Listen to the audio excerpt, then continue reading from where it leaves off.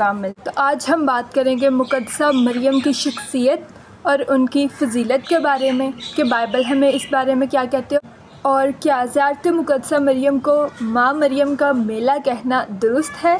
लेकिन इस मौजू पे बात करने से पहले मैं आपके सामने रखना चाहूँगी एक हवाले को। मेरे साथ निकालिए रोमियो 14 बाब उसकी 13 आयत को अगर हम पढ़ते हैं, जिसमें लिखा है कि बस आइंदा को हम एक दूसरे पर इल्ज़ाम न लगाएं, बल्कि तुम यही ठान लो कि कोई अपने भाई के सामने वो चीज़ ना रखे जो उसके ठोकर खाने या गिरने का बायस हो।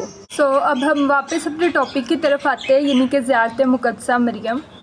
अकॉर्डिंग टू बाइबल जो खुसूसियात हमें मुक़द्दसा मरियम की शख्सियत में नज़र आती हैं, आइए हम देखते हैं। सबसे पहले ये कि वो चुनी हुई खातून थी, चुनी हुई बंदी थी खुदा की। जब हम देखते हैं लूका 1 बाब उसकी 26 आयत में, तो कुछ यूँ लिखा है, छठे महीने में जिब्राइल फरिश्ता खुदा की तरफ से गलील के एक शहर जिसका नाम नासरत था एक कंवारी के पास भेजा गया। तो इस आयत से हमें ये मालूम होता है कि खुदा की तरफ से वो चुनी हुई खातून थी, खुदा की तरफ से फरिश्ता कंवारी मरियम के पास भेजा गया। और इसी आयत से हमें ये पता चला कि जब खुदा ने फरिश्ते को, जिब्राइल फरिश्ते को मुक़द्दसा मरियम के पास भेजा तो वो कंवारी थी।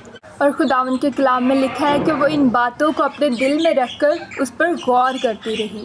तो इसमें ये बात हमें उनकी शख्सियत में नज़र आती है कि उन्होंने खुदा के कलाम को एक्सेप्ट किया, कबूल किया। और जब हम खुदा के कलाम को कबूल करते हैं तो तब खुदा हमारी ज़िंदगी में बड़े बड़े काम करता है। और पूरी दुनिया में से खुदा ने सिर्फ मुक़द्दसा मरियम को चुना और इसे तमाम औरतों में मुबारक और मुक़द्दस कर दिया।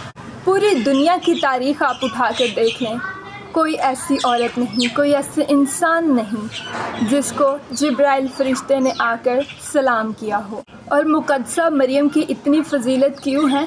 क्योंकि फरिश्ता ने उससे कहा था तुझ पर फजल हुआ है। तो जब खुदा का फजल हम पर होता है तो तब आम से ख़ास हो जाते हैं हम। और फरिश्ता ने उससे कहा खुदावन तेरे साथ है। तो जब खुदा हमारे साथ है तो हालात जैसे भी आए हम कभी भी हिम्मत नहीं हारते, क्योंकि खुदावंद के कलाम में लिखा है कि जो मुझे कुव्वत बख्शता है, जो मुझे ताकत बख्शता है, उसमें मैं सब कुछ कर सकता हूँ।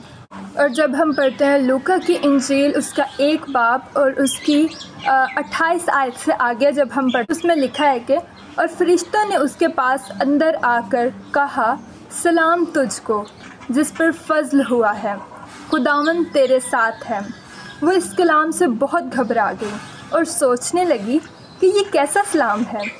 फरिश्ता ने उससे कहा, ऐ